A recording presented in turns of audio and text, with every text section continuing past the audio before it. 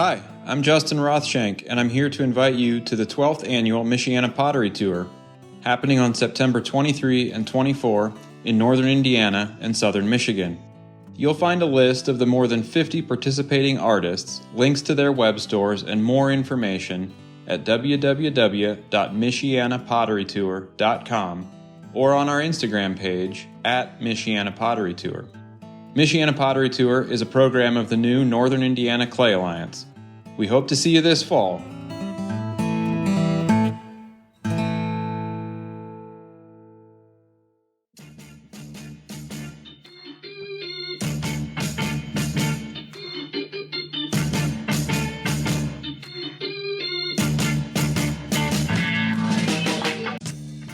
Welcome to the Tales of a Red Clay Rambler podcast, featuring interviews with culture makers from around the world.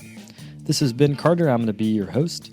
If you'd like more information on the show, please visit our website, talesofaredclayrambler.com.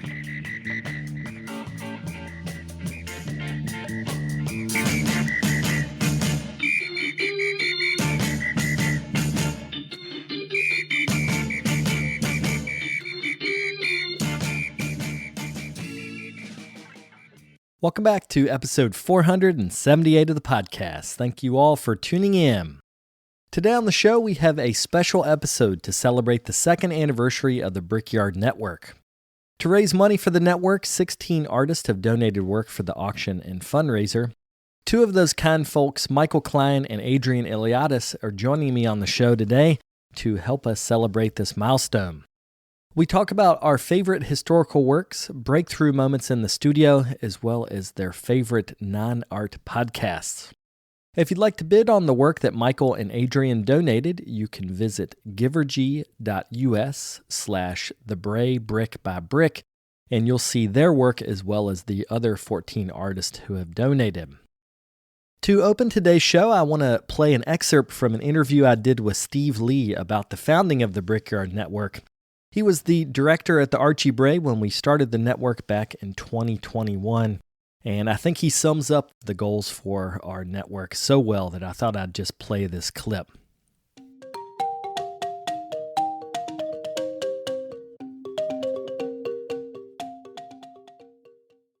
So I was thinking about the Brickyard Network as a good kind of test case for the idea of faith and fundraising. So when I first had talked to you about the idea of starting a podcast network, it was not associated with the Bray. It was that I was going to start a nonprofit, and I asked you to be on the board, and you were like, well, if you do that, you're going to spend so much time doing paperwork with a nonprofit, you're never going to get to actually do the thing that you want to do, which is talk to people.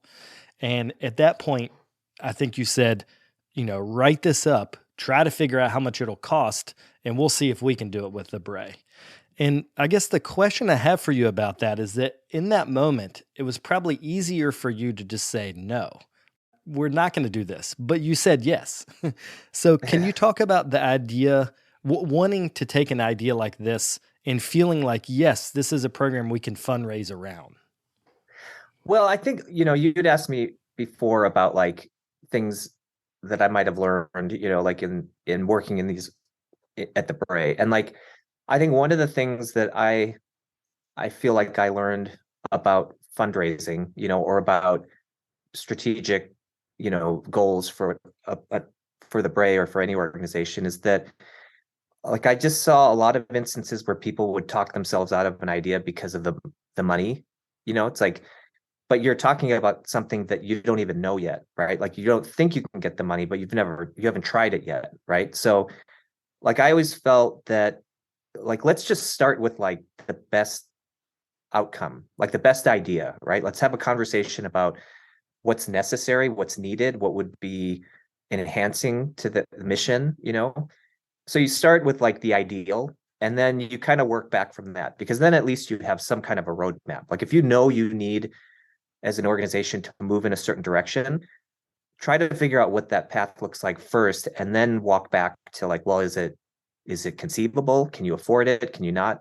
But I think all of that legwork can happen after the fact, and it might not pan out at all, but I think at least if you start with something concrete like that, then you can like try to build some foundation under it. And, the podcast network was one that I think things just aligned in this like really kind of wonderful way where you were thinking about this thing, and then like I had been thinking about it, but I didn't have the kind of expertise that you did. Like we wanted to start a Bray podcast during the pandemic, but it seemed like such a heavy lift to like, oh my gosh, I have to learn about the equipment and how to produce and how to edit and how to host it and all this stuff, which we could have done, but it probably would have been like a much lower quality version of whatever someone like yourself could like help support. So I think when you came with that idea, and then like I had been thinking about that with other staff members, then it felt like, well, this is a good example of collaboration, like where everybody's contributing to something to make it better than it would be if just like one person were involved or one party. So that was great. Like it was kind of cool to think about that. It's like, well, nobody's done this before in ceramics, at least. So like, what wouldn't that be cool if it happened, or if we could figure it out? So I think like then getting others on board to help support that, it was like, okay, like I felt like once the idea was really fleshed out, then we could find money for it, right? Because like I think donors want to be connected to things that are inspiring, so it's like the money to me felt like not the easy part, but it didn't seem detrimental to it, because like how hard is it to come up with a good idea, right? So if you have a good idea, then I think we could just take it to a bunch of different people to see if they'd be willing to underwrite it.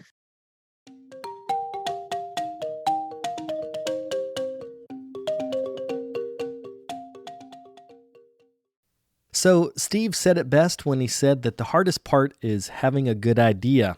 And the Brickyard Network, I know, is something that you guys enjoy because I can see the downloads. So I really appreciate each and every one of you that listens to this show, or that listens to For Flux's Sake, or Clay and Color, or Trade Secret, or The Shot Callers, or The Kiln Setters. All of our shows. I appreciate you for being a part of this from the get-go. At this point, we're 2 years in, and we need your direct support to keep this thing going. If you'd like to give a donation directly to the Bray, you can find us at archiebray.org. Look for the Join and Give button, and you'll be able to make your donation through our donation portal. You can also bid on work that has been donated by artists that have been on this show.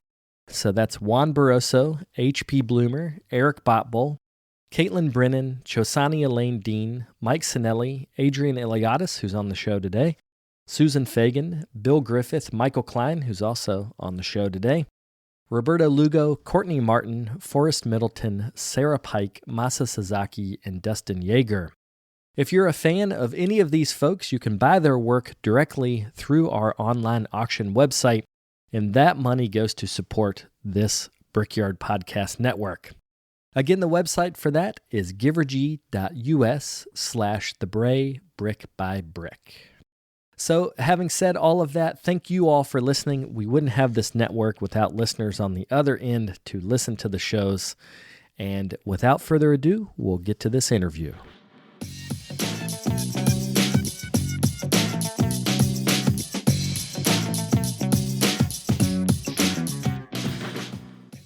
Well, I wanted to first thank you guys publicly for donating to the Brickyard Network fundraiser. So this is our kind of second anniversary show, and you've both been longtime supporters as well as donators. So thank you guys for doing that. I really appreciate it.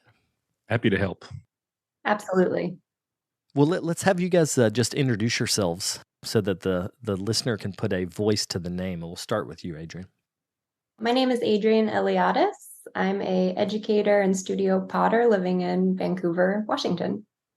And I'm Michael Kline. I'm a studio potter in Western North Carolina near the Penland School of Crafts. I know you guys both well enough to know that you love pots. And so I wanted to actually have this show just be about like what your favorite aesthetics are, what your favorite historical pots are. So if either of you would like to talk about when you saw the pot and then how that has influenced you. There's a pot that I have in the front of my mind that really kind of rocked my world as I don't know if I could call it late career or mid-career. After many years of making pots, I saw this pot at the Freer gallery in Washington, D.C. We were a bunch of us potters were visiting the museum during a show we did, and we got to pick out a piece to look at over a table very carefully, bellies up to the edge of the table, and we got to hand out, look at pots and handle them. And it was a 15th century Korean bowl, and I first noticed it because of the gold repair. It was repaired in Japan and used in a tea ceremony, so it had this beautiful gold repair, and that caught my eye. And then later, after I looked at the pot in photographs I took, I was really taken by the technique of the inlay technique, the buncheong inlay technique, and it really kind of spun me around, and I started working on that kind of work. So when I think about that style of work, it is, I mean, not that your other work is not labor intensive, but this work is like super labor intensive. So did you have to adjust your studio practice for a new obsession? Yeah, I did, because I was so used, and that's still remains to this day a difficult part, is the momentum that I would get as throwing a potter on the wheel, throwing pots and filling up a table full of pots. I could do that, but then to finish them in this technique, it would take a couple weeks, and I'm still not comfortable with that. So I had to, I built several damp boxes to keep the pots, in a permanent state of the right leather hard state, and that was probably the major change to my studio practice. Yeah, and how about you, Adrienne? What when you think of like a historical pot or aesthetic that's changed you, what do you think about? Yeah, so I think I actually found this in grad school when I was doing some research. I've never seen it in person, but I probably found it on Pinterest originally. It's a one-handled little mug from Iran around like 1930s, so just on the tail end of being historical, really. And it's just this little planer change mug. It's got like geometric design on it. I actually have a photo of it pulled up just so you both can see it. But I love like the interplay of the form and the imagery on it marry so well together. And at the time, I was really struggling with that. I was trying to figure out like what my aesthetic was, what I wanted to say with the imagery on my work. And I was working with Linda Arbuckle in grad school to kind of work all that stuff out. And something about this piece, just like the simplicity and the fact that it just brought me so much joy. And there's a little thumb rest on the handle that's kind of integrated into the pattern, into the design. It made me feel like makers have been thinking about these things for centuries, like all the things that I think about and ruminate in my studio. It made me feel not so alone, I guess, in trying to figure out kind of my imagery and my path with that. And even though it's kind of divergent, what I do now, right, it's a little bit more complex than that, perhaps. It was a really good departure point. And I think it still is my favorite pot. I hope to see it one day in the museum. I think it's in the Metropolitan Museum, but not yet. And I'm sure I won't be able to touch it. It's funny you talk about that. It makes you feel not alone when you see someone else across time and history that has the same love of line. Because I think about like when you showed that, not that you're making repetitious straight lines, but you're often making repetitious lines, and they're, overlapping, they're diagonal. I mean, the funny thing I think about is like how we keep having the same ideas over and over and over again, like cross-culturally. Like I've been doing research on earthenware stuff, and I can find stuff in the Middle East and in South America that looks so similar. And I think there's just something about the pleasure of making it. So can you talk about like in your making process with your templates and things, like which part of it do you get pleasure out of? Because I think that's why we're doing it, right? Because it's fun. Oh, yeah, absolutely. When it gets boring, I need to move on, got to keep it fresh for yourself first. But I think that you kind of hit the nail on the head. Like I have all these templates and these shapes and these things that I kind of use as building blocks. And I think the most fascinating thing for me right now, because the style for about 5 or 6 years since I moved here, and set up my own studio, because I think like environment really affects you too. My style seems to change every time I have a big cross-country move. I'm kind of using these things like in an effort to play more than work, and not having so much of a plan when I go to a new piece, and trying to use the same shapes to configure a new design or a composition, and keeping it kind of simple with the shapes, but then letting the complexity come from how I layer them on the surface together.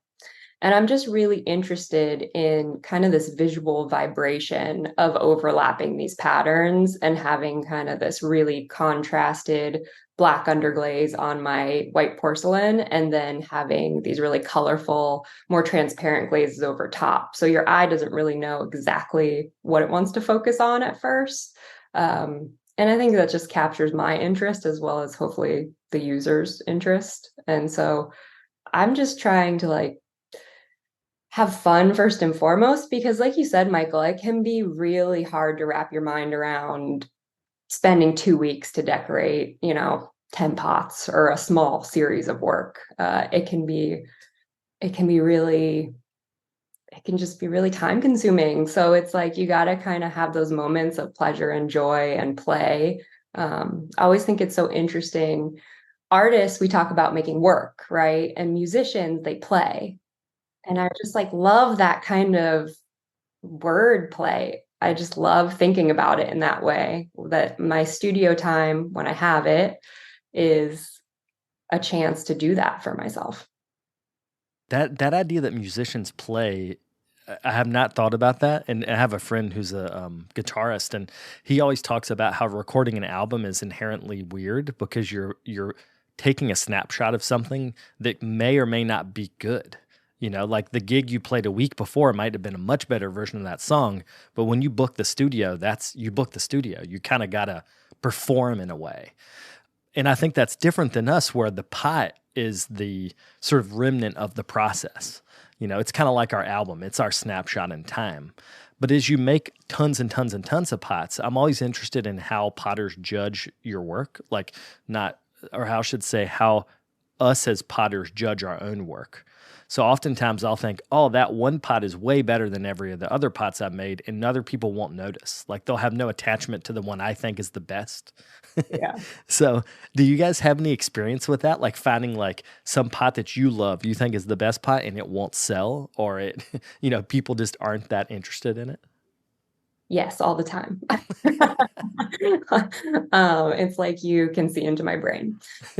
There's definitely some pieces or series that I'm really excited about that then resonate with people out in the world. I definitely see that. And if I don't have enough kind of engagement or excitement when I'm making, I think that follows through to the finished product. Definitely. People can kind of like sense that I wasn't all in.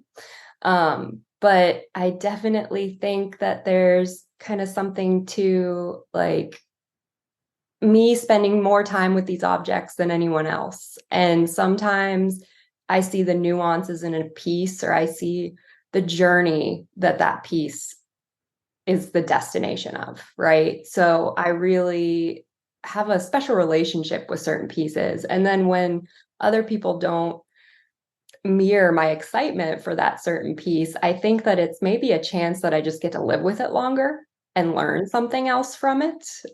And then you find the right person eventually, don't you? And they're just as excited, and it's like worth the wait. So I don't know. I think not everything good is popular, and not everything popular is good.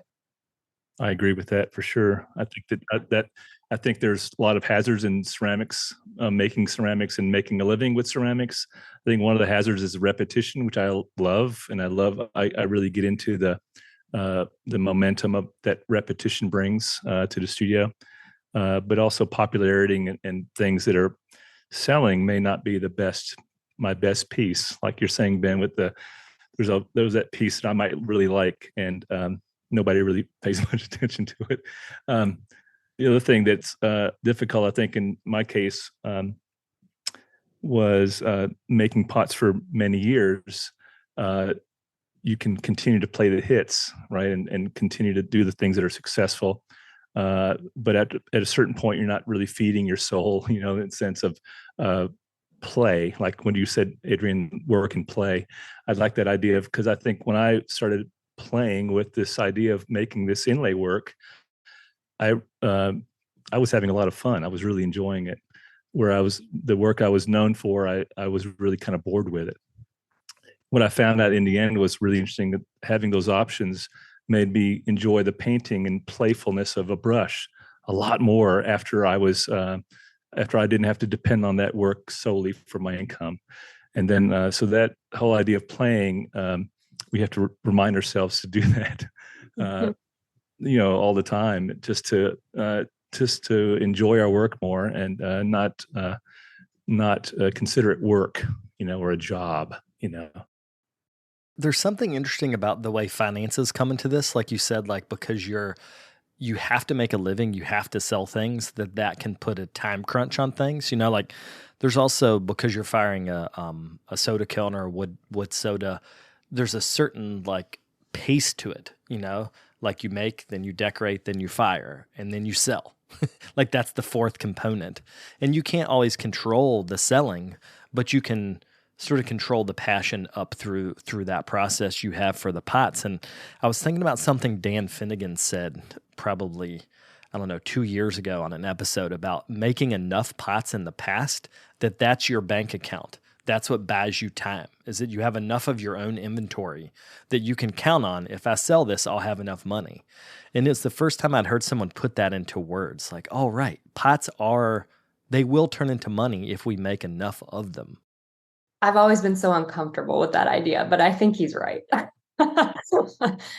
Because it is so unstable, and you're relying on other people's interest and them essentially supporting you and investing in you in a way. So I prefer to have those building blocks be other jobs, and have that kind of be a little bit more of a foundation when the stuff isn't selling so well, because I have a really big problem with making work that other people want to buy. Like I want to make things I want to make. And I've been fortunate in that those things have been aligning the past few years. But, I think I'm starting to want to move on from what I'm doing now. And that's a really scary place to be, because it's like, I don't know if there's a market for that on the other side. And I've seen a lot of people, Michael included, make a big shift in the way that they make or decorate their pots. And I think you need like a pretty good buffer for that time to experiment, to figure it all out, to resolve the forms and the surfaces, and just have something to float you in the meantime, right? So I've always enjoyed kind of having other jobs that give me that freedom. What's the longest you guys have ever taken a break from making? A good question. Because let me tell you my thought process. Because I've noticed when I take breaks, when I come back from a break, I can either look at myself and copy my old idea, or I can truly like strike out for something new. And I almost always copy the old idea, because I feel like working generates ideas. So I just almost just have to like get back in there and just start going. And when my daughter was born, and a little bit before that, I don't know how long it was, but I took a long enough break that I couldn't remember what I had done before. And that was like the first time that had ever happened. I had to like look back in my slides or my images to see what I had done. Yeah, go over the Google pictures, back up, see all the things you've done. Yeah, I think my longest time I've not worked is when I had my injury a few years ago, my hand injury. And that was probably 4 months, I think.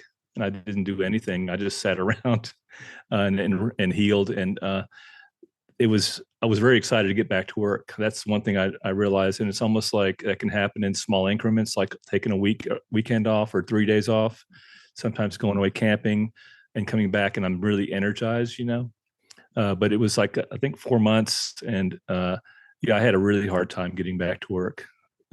And I think I do in general. I mean, I can have an online sale, go away for a few days, and then after a couple of weeks of all that, it's like, now where was I?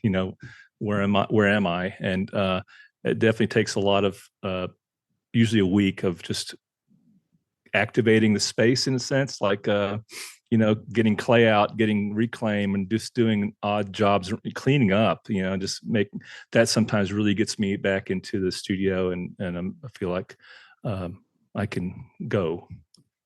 Yeah, I would agree. I need to like clean and nest every time I take a break, whether it's just for the weekend or for a couple weeks. In the past few years, I really haven't taken much of a break from making. I think probably the best example I could think of is just my time in Idlewild every summer.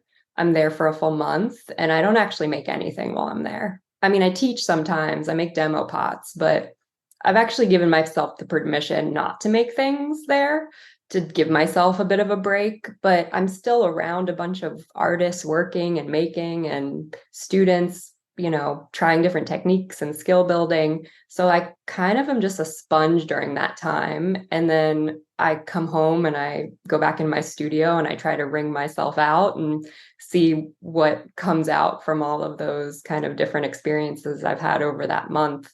And it's a lot. It's looking at people working, it's looking at slide lectures, it's seeing other types of art all around the campus. And I really do take about a week of buffer time, maybe 2 sometimes after I come home, just to rest, but also like you're saying, Michael, to like prepare my clay, to think about new patterns, to draw, to clean the space, to kind of figure out what my deadlines are and what I'm supposed to be making or what I want to be making, which aren't always the same things. And it's funny, I get in this momentum or this pace when I'm making and I don't even think about it. But when you fall out of that, even for a couple days, it's really hard to like push yourself back into moving your body through space that much, because this is such a physical way of working, and being down there, I'm being an administrator, essentially. I'm not having to like do that much physical labor these days. So at least in that job, which is nice. But yeah, I feel like it's like a break and I need it. So I've kind of like put that in every year now. I go do something else. I have another way of making money and I'm just not making work. And it's a time where I am devoting myself to facilitating other people making work. And I really, really like that. I like being around that. As you're talking about Idlewild, I'm thinking about education and the moments in education where you have a breakthrough. So I wanted to talk to you guys about like when you have either you're watching someone work or you're teaching, because sometimes I think I have breakthroughs when I'm teaching other people because I'm thinking about it. I'm trying to think about it from their perspective, and that often gives me a breakthrough. But I wondered if you guys have any like special moments or at least memorable moments where you like something clicks in your head educationally. Can you guys think of anything recently? I had a really interesting experience recently. I taught a workshop, and sometime during the workshop, I'll have what I call office hours, where because a lot of times access to the teacher is really difficult in a group. So I said, well, I'm going to have 20 minutes with each one of you, whatever you want to talk about. And so we had a really good time with that, and it was really interesting. One of the things I find as a teacher is that I learn maybe more than the students sometimes, I think. And one of the things that came out of this office hours at this recent workshop was several people said that they were having trouble focusing on the work or which direction they should take. And one of the things I advised was like maybe not take as many workshops, maybe take less workshops and spend that time in the studio and really get deep into the shed. And I came home thinking that's what I need to do. I need to maybe stop teaching workshops and just focus on the things that I need to do. And I think that I found it that over and over again that teaching workshops actually gives me a lot of insight into my own work, and maybe more so in this last case. So I think that in this situation, I find that the student is the teacher, and I find that happens frequently, not all the time, but that's why I like teaching, I think. So I'm deciding not to teach next year. I'm not going to teach any workshops next year. Just to take that time. It's not a lot of time if you add it up, but it's like it's the momentum really, and the time you take off from the studio maybe a week, 2 weeks, but it's that momentum that you have to regain in the studio, cleaning up, nesting, like Adrienne said. And so I think that's an important thing for me to consider when I make my schedule. No is a full sentence, right? Yeah, right. That's right.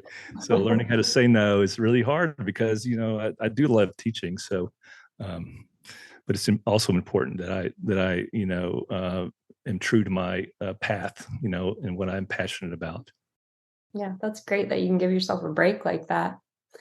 I think for me, I do get so much out of teaching. That's why I like it, especially because mostly I'm a studio potter these days and I'm just teaching workshops. And it's really isolating to be in your studio all day by yourself, you have your own thoughts, you just have kind of the things that you like and and if you don't get out into the larger world, you're not really growing as fast as you could be, I think. So teaching workshops and even hosting workshops kind of fulfills that. And I think that something that happened in a workshop recently that was super memorable, I was teaching a workshop in Portland just a couple weeks ago, just a 1 day, super quick. I love this one studio, Radius Studio in Portland. They're great. And I teach like a few workshops there a year at this point. And it was a pretty small workshop. It's summer. It's hard to get people to engage in things in the Pacific Northwest in the summer that are inside. And there were 3 students, and I always have my students introduce themselves. And this girl was introducing herself, and she looked so familiar. And she said she had learned to throw at the Oregon College of Art and Craft. And I realized that maybe 4 or 5 years ago, I was her instructor for a teenage class. And it was just so nice having her come back and learn a new skill, something that was like a little bit of a more intermediate class. And, she's not going to be a ceramic artist. She's about to go to college. She was on her gap year. But it's so funny. The reason that I remember this girl is because she was so deadpan my entire workshop. And I don't teach teens a lot. I've only done it like a handful of times. I taught that course in the summer a couple times when I first moved out here, and Oregon College of Art and Craft was still around. But the last day I was loading a piece into the electric kiln with her, and something had happened to it. And I was like, oh, that's a little happy accident. And she looked up at me like I had just opened the world to her. And I think she's just a Bob Ross fan, and she got the reference. And like, I was like, why didn't this happen on day 2? Like, this girl has just not been vibing with my teaching at all. But she's really come out of her shell since then. And it was just nice to kind of see her and have that full circle moment of like, wow, you're not going to do this forever, but you're still engaged and you want to learn more. And she had no idea that it was me. It was like complete coincidence, but it was a really nice reconnection moment. That reminds me of the story when I was trying to get into this one school, and I won't tell you what the school is, but I was applying to be a postback at this school, and I went to do an interview with the professor, and the whole interview, I had never bombed so hard. Like, I was talking about what I was loved about pots, no facial expression, like just nothing. And at the end, I finally said something. I'm like what, basically like, what is happening? And he, funnily enough, said, oh no, that's just my face. That's just how I look when I'm thinking. And it made me feel so much better because I've had that experience too in workshops where, and even with ongoing classes where I'm really giving it my all, but the other person, I guess it's the difference between giving and receiving information. Because I think I also, when I'm receiving information, I probably have a slightly dumbfounded look on my face. That's just like kind of the way it works. Thinking face. Yeah. Yeah, it's thinking face. That's exactly what sometimes I think I'm so funny when I'm doing a demonstration in a workshop and everybody's thinking so intently on what I'm doing and my, whatever I'm demoing. And I mistake that for like, maybe the joke isn't that funny, but it's really that people are just paying attention like they should. Right. I think also in American education, I mean, we've all been educated in a similar system. The idea when you're in elementary school is that you sit there and you and you learn, which I love that art school was not like that. Like in art school, we didn't sit. We moved around. Like teachers would be giving lectures. We'd be moving. We'd be painting. It's just so different when I think about, say, an elementary school experience where you sit in your chair and you look forward and you don't laugh and you don't distract the teacher versus now, God, we can do whatever. In a workshop, you can do whatever you want. And I think my brain learns a lot better that way when you have a lot more stimulation. And that's why I love Penland, Ottawa, all these experiences. Like you'll be teaching somewhere and you'll look outside and some other class is like parading down the road doing something. Yeah, I'm much more interested in any future workshops I might do is to increase the amount of time that we spend doing exercises or just not jumping jacks, but like painting exercises or just something besides watching, but all doing together. Like I've been doing a painting cake. I call it a cakewalk for years now, but it's always fun. And we basically roll out a piece of paper and everybody walks around and paints. And it's really kind of I find that type of experience is it's way more engaging, obviously, but it really breaks through those barriers that people have in an educational situation where they're anxious about performance and being a student in a workshop with other students who may be better or worse, Anyway, so breaking those barriers down where people can actually learn something during a workshop and take it in, maybe physically learn, like you're saying, that activate, I think that's really important in my future workshop planning is to make up, kind of create more activities that are not just hierarchical, like the master and the students, but everybody's kind of doing things together, all learning. Yeah, I love that. And I think that that's one of my favorite parts about teaching at craft schools or being at craft schools, because you kind of absorb that from other people, all of these different techniques to become more of a community, and there's some people that I've taught or learned from in craft schools that I still talk to almost on like a monthly basis, or at least keep in touch with. And it's just nice. It's like having kind of these little family reunions if you see those people again. And it's amazing how close you feel to some of those people when you've had activities like that bond you. Even though you think about it, you've only spent a week together, but it was like a really intensive week where you were exhausted and saw each other at their best and worst and spent all day and night together. Yeah, I never went to graduate school, so I didn't take education classes. I just based my workshops over the years over workshops I'd been to, which were just a handful. And I'm realizing that those ideas were fine for that time, but I think in future educational possibilities, I think there's so much more to be done. And like I said, I hadn't studied education and didn't have to come up with that type of thing in graduate school. We'll be right back after a quick word from our sponsors. Hi, I'm Kara, content creator and Facebook wrangler for Amico Brent, bringing you ideas and support for your creative adventures every day. This week's episode is brought to you by Amico Brent. Find your favorite Amico glaze at your local distributor. Happy glazing! Today's episode is brought to you by the Rosenfeld Collection of Functional Ceramic Art. The collection exists as an online resource for research and inspiration, featuring photos of thousands of objects made by over 800 artists. The images are high quality and can be used with no permission required, making them a great resource for students and teachers. To find out more, visit rosenfeldcollection.com.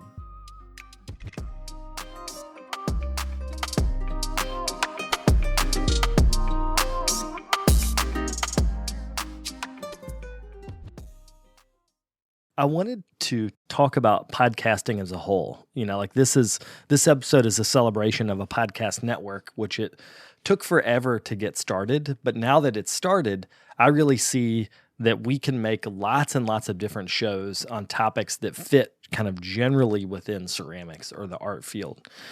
But now I want to talk to you guys about the podcasts that you like that are not art related, because it's a little bit too inside baseball if we just talk about clay podcasts. So what's the stuff you guys listen to that's just not related to art at all?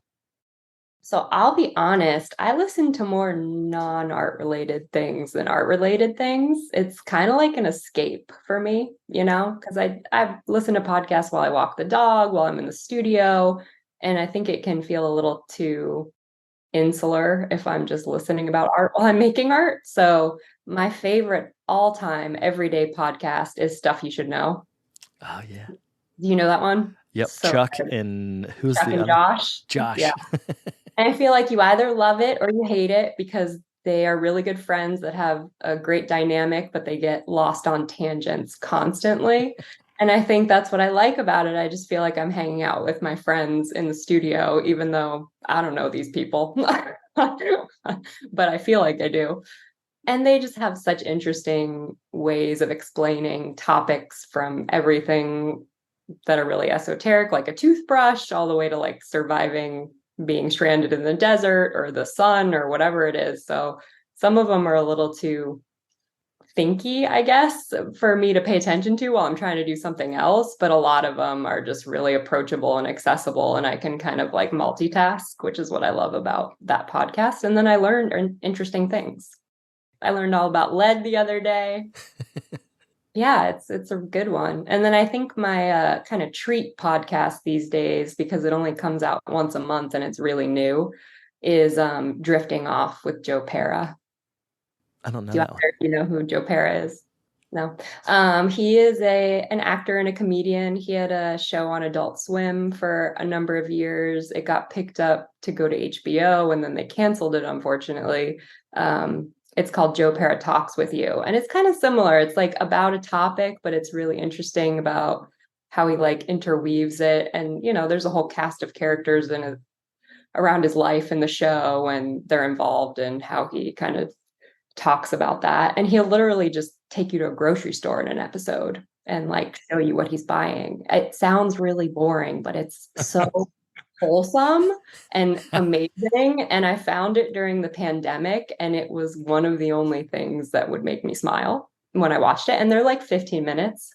So then when his show got canceled, he came out with this podcast, and it's essentially a sleep podcast. So it's like very mellow. He records it in his basement. It's on, pretty different topics just related to what he's doing in his life at the moment. I think one was on soup. So it's something that I listen to when I'm trying to wind down, I guess. You just gave me an idea. I'm going to make a ceramic sleep podcast where I just read you glaze formulas and you'll just fall asleep in like 30 seconds. Yeah, that would do it. Yeah, I think we're hitting on something that's, I think, very interesting about hearing voices, especially if you're working in the studio. And I feel like podcasts can be very mundane and very, like you're saying, like kind of sleepy. But we're reassured and we're comforted, I think, a lot of times by just hearing people talking. I find that simple activity of just two people talking or joking around. It really, for us, is, I don't know a lot of potters in this area who share studios. There's a few, but most of us work alone in our studios. And I think it's really reassuring to listen to a voice or two. And years ago, I listened to a podcast. It was all about tech and things that I was kind of interested in at the time. And it was, if I explained it to somebody like my wife, I said, "Oh, I heard this great podcast about blank," and he's like, "Oh, that sounds really interesting," quote unquote. But I really felt like, I always look forward to that podcast. These two guys just talking about various things. I don't know. I feel like I'm not, I mostly listen to, I guess not news, I guess a couple news type of an opinion, some opinion.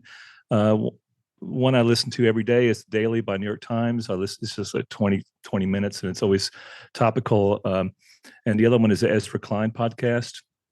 I find his conversations fascinating with his guests. But most of the time I'm listening to music. I'm not really in the studio. I'm listening to music. So but I do when I'm doing chores and running around feeding the chickens and whatever, I'm listening to my daily podcasts, I think about the pace of making a podcast like The Daily, and I just can't even imagine how they're doing that. I mean, I'm sure that they have a lot of staff and that helps, but to have a topical podcast on what happened yesterday is like the brain power that does that is I'm so impressed with that. Yeah, it must. I mean, they're funded, they're selling newspapers or subscriptions. I mean, that's a whole different thing. But I do remember you talking years ago about having a network of podcasts. I always thought that was, very interesting, but I couldn't quite make the leap myself to become involved because of the resources you need and the time and, but I appreciate what you're doing with the Brickyard Network. It's really pretty awesome. It's a dream come true, I'm sure. Yeah, thanks. Yeah, it's funny. I remember our conversations about the podcast that you started, and the same thing you ran into, which was the editing. Editing is the problem. The talking part feels good. It's the editing is so laborious that that was the breakthrough for me, talking about educational breakthroughs with starting a network. I realized if I edited for other people, that they would want to do it. So essentially the format of the podcast is people send me their files and I train them a little bit on how to structure their shows. And then I do the editing because I've been doing this long enough. I can also edit a lot faster because in the beginning it is like pulling teeth just trying to figure out how to structure a show. So that was the breakthrough with the network. It's like, how do we make this as simple as possible for people?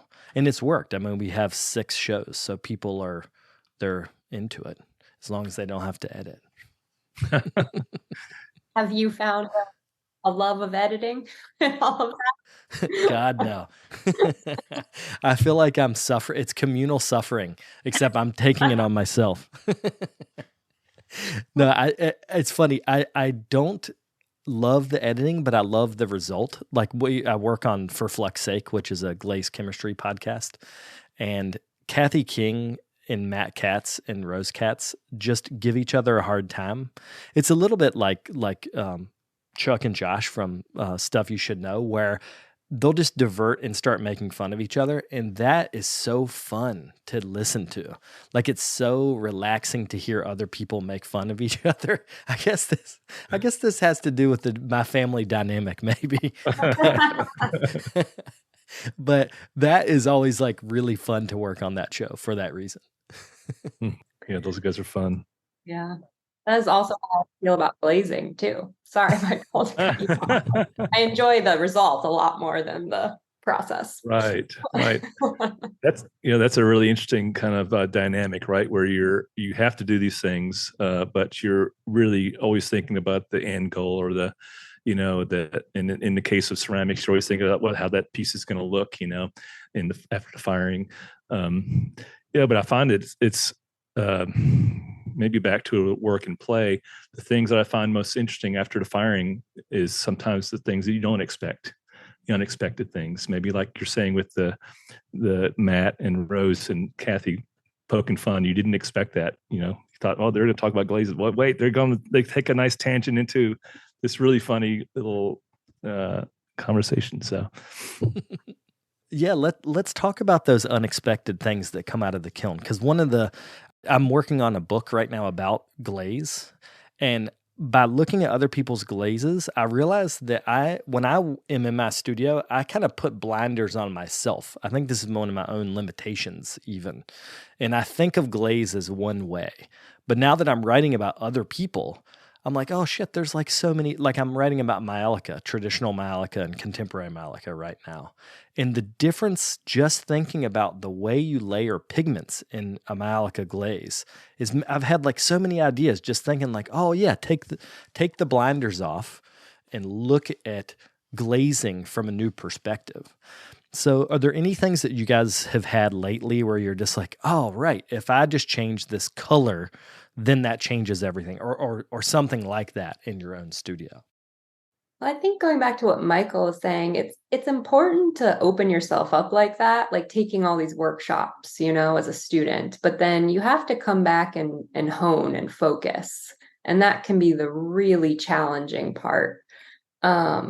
So I think for myself right now, I'm challenging myself to make things that just feel really genuine to me as a maker, which can be really challenging when we're like inundated by all of these visual things in life every day, right? I think that's always the goal for me, that I don't want to make pots that look like other people's, because I spent so much of my formative years doing that. And I think that's a really great tool, especially when you're a student and you're learning to like mimic and copy things in the name of practice and education. But then you kind of have to diverge from that and figure out what you're trying to say and is more unique to your aesthetic and your sense of self as a maker. So I'm just always trying to find ways to basically not innovate, because it's really hard to innovate in the ceramic field. I mean, it's so old, right? And I'm making pots, and I'm not making pots in a very like contemporary way. I'm still using the wheel. I'm still using the hand building processes that people have done for a long time. But just making something that in form and in surface and the way they marry together really feel different than a lot of other things that are out there right now. I think that's always my kind of end goal. Whether or not I hit that goal is another question, but that's kind of what I'm trying for always in my studio. Yeah, I was talking to one of my neighbors, Nick Jerling, and I told him I really wanted to work with color because my pots are pretty monochromatic. You know, they're like silhouette kind of brushwork and black and white soda glaze. And he goes, and he was questioning the whole idea of color. Like, well, what's your concept of color? And I was thinking in my mind, I was thinking like Mondrian, you know, like kind of red, blue, yellow. But in our conversation, I was like, oh yeah, it's a much more subtle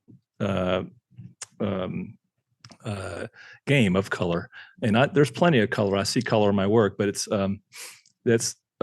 that's sort of still my goal. I think I want to branch it out, I guess, with there's so much available on just commercially as far as color.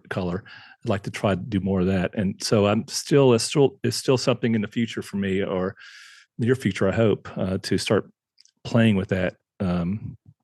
And I like the idea of having a steady income with my current work, but I also like the what's really appealing to me is to increase that satisfaction at play in the studio.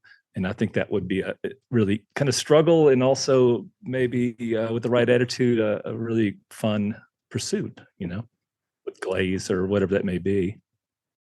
Yeah, what you guys are talking about is making me think about our access to information. Like, we have so much access. Like, just think about it. We live across coast from each other, the three of us. But I kind of know what you guys are making almost all the time because we post about it on social media. You know, there's a spirit of sharing in our community. But that's so different than, say, I was looking at some like 1400s Malacca in Italy, and they used what they had available. And once they got more colorants, they used them. But it's not like they had a whole ginormous spectrum of color. You know, in fact, I was reading this article on the Metropolitan's website, and from like 1430 to 80, they got like 5 new colors. And all of a sudden, you see the work like instantly, like, oh my God, now there's yellow on this stuff. And now there's, you know, it's almost like they got color happy because it was new and it was exciting. But I don't know if we can have that exact same experience, because we can order kaolin from England, and we can order like colorants from India and from, you know what I mean? Like, in some ways, I wonder if our imaginations are limited by the fact that there's so much available to us. It almost seems like that would increase the things, but in my mind, it often like narrows my perspective in some way because I'm overwhelmed by it.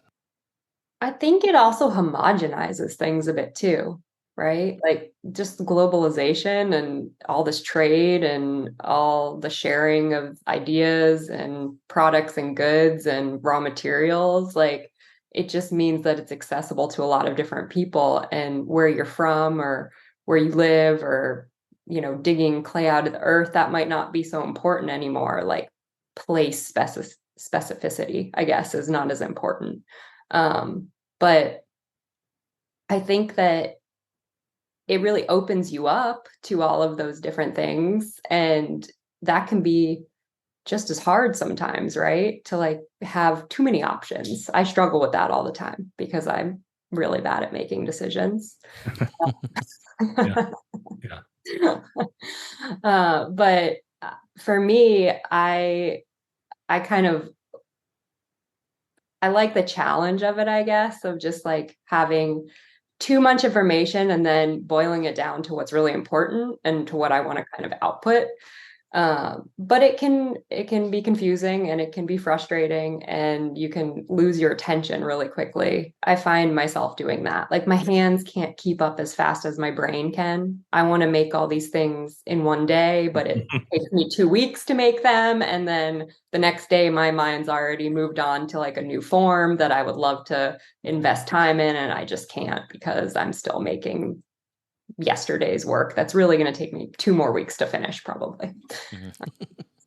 I guess having too many ideas and not enough time to do them is not a bad problem to have, but yeah, I think it's like the information overload is real, and I'll probably spend, instead of listening to a interesting podcast, I'll probably looking at a reel or 2 or 3 or 4. And there's a lot of information coming in all the time. And maybe in my case, I think I need to explore this. I need to explore color in some way because of my history. Is maybe a diversification of my work as I move on. And there's something Adrienne said just a moment ago. It's going back to the students I talked to the recent workshop. I think I definitely see evidence that there's a lot of influences in the student body, enough so that they don't know what their own voice is, because there's so many things, and I know that I have trouble making decisions and which way to go. So I think that's definitely a sign of the times of getting so much information that it's hard to choose one way or the other, And I think for people I teach who've taken a lot of workshops, I hear this a lot, like, oh, so-and-so does it this way. And they have a wide breadth of information that they have in their head from watching demonstrations. But they have trouble with their own work. Like, which way do I go? Which way, what's my voice, And there was something that Geddy Lee, the quote from Geddy Lee from the band Rush, and I don't have it in front of me, but it was basically how developing your own style. And he talks about being compared to all these other musicians and singers throughout time. And he says once you have copied everything, when you can't hear those voices anymore, then you have your own voice. It's like you keep working on your own voice until and keep trying things. I mean, that's the thing, right? We have to keep trying things, and especially in ceramics, we have such a history of that I especially mimic quite a lot, and I take pleasure in that kind of the deep well, of the ceramic history. Well, it's funny you bring up Rush, because this is a good example. In the 70s, I mean, I guess I don't know when their most popular album came out, but there's definitely, like, in the 70s there was a really poppy radio hit thing going, and then Rush was like, no, we're doubling down. We're going to write a 20-minute composed section that has to be played exactly the same way every time we play it live or on an album. And I just love that, like almost throwing caution to the wind and obsessively diving into what you love, which for them was very complicated melodies and rhythm. I admire that. Yeah. And it's hard, it's hard to shut out all those influences and those voices. I was having such a problem with that, kind of creating my own voice. The first 10 years I did ceramics, I had no idea what I was doing, what I wanted to make. I was just trying things and kind of seeing how I felt after the fact. And in grad school, especially, I was struggling. I almost quit grad school. I was like, I don't know what I'm doing here. I was having this conversation with now my father-in-law, at the time, because he was visiting, and he said, well, I think you need to go take a walk in the woods. And I was like, what do you mean? Like, I'm not an outdoors person. I don't know why he said that in the moment. And I was like, how is that going to help me figure out what I want to make in the studio? But having enough time and space from that conversation, I've realized that he was trying to tell me to like go answer my own questions, to reflect, to have some, breath around what I was doing, to just like give myself permission to basically make it up myself and stop listening to all kind of the exterior voices. And when I teach now, whether it's in a workshop or a degree class or anything in between, I really do like to give my students permission to make up their own path. I think that's really valuable. And especially like students that are working towards thesis or a big show or something, when they're very near the end of it, and, everyone wants to give them a critique and they have to like defend it to everyone and this, that, and the other. And it's like, I think I just love telling them like, this is your work. So you tell us how it's supposed to be, and it might not be perfect. It might not be resolved, but that's what being an artist is. And that's what's really hard for a lot of people to kind of get over that hump of realizing I am good enough to make up those things for myself, or to create those questions and answers, or, not have answers. And that can be really challenging for people, I think. It's just a matter of maybe like absorbing all that information, but then giving yourself that time and space to reflect on it so that you can actually do something with it that's valuable, that means something to you in a deeper way, and not just move on to the next thing because you weren't so successful at the last one. So I'm very grateful to my father-in-law for that very weird advice to go take a walk in the woods to go figure out what I'm doing in grad school. Yeah, I think that idea of getting permission from somebody, which is kind of odd, but I really believe that. I mean, I really think that, just as a possibility, like this is okay, and I think that's really super important. I think as a teacher, I will definitely keep that in mind, in the future. Yeah, sometimes that's all people need. They just need someone to tell them it's okay. It's okay to fail. It's okay to go slower than other people. It's okay to be on your own journey or make things that are bad, because it's all gonna get you somewhere, We're all kind of the culmination of all of those things we've made, of all of those experiences we've had. And I think that you grow and you become a stronger person and a maker when you have more upsetting experiences than people telling you everything's great all the time, more challenging things. Like, I'm so grateful for all the people that were really hard on me in grad school, because it made me such a better artist. It was gut-wrenching at the time, but on the other side of it, I realized like I was coming up short and they were just trying to help me out.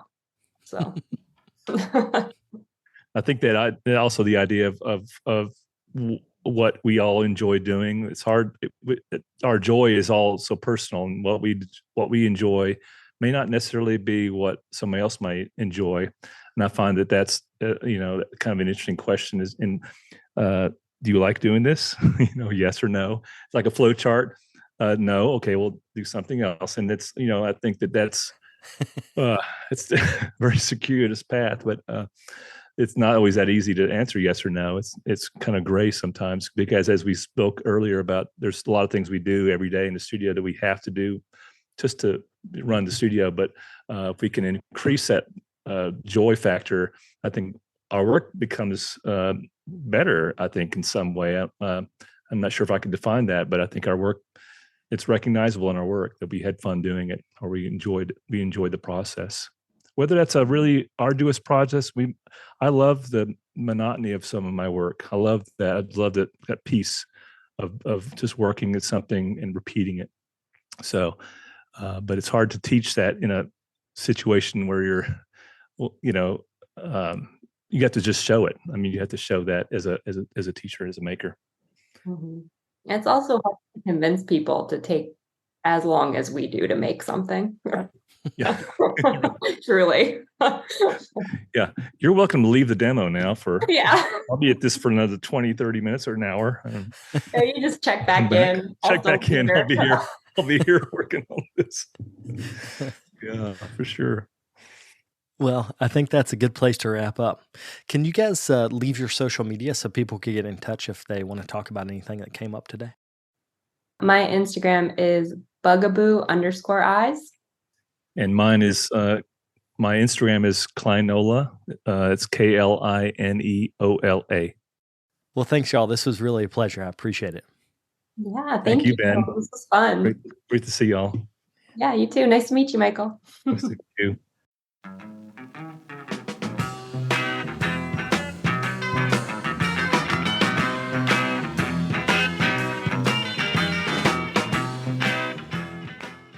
I'd like to thank Michael and Adrienne for coming on the show. It was a pleasure to chat with them, and I certainly appreciate their support over the years as well as for donating to the online auction that's happening now.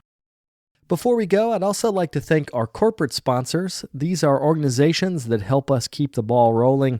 So I'd like to thank Amico Brent, the Michiana Pottery Tour, and the Rosenfield Collection of Functional Ceramic Art. If you or your organization would like to be a sponsor on one of these episodes, we would love to have you. You can get in touch at brickyardnetwork.org. I'll be back next week with another episode. Thank you all for tuning in. If you'd like more information on the artists on the show, or if you'd like more information about the workshops and events that I'll be having in the next couple months, you can follow me on Twitter, Instagram, and Facebook under Carter Pottery. Another great way to support the show is to leave me a comment on iTunes. To do that, search Tales of a Red Clay Rambler under iTunes Podcasts, and you'll find a page that's linked to our show. Thank you guys for the support.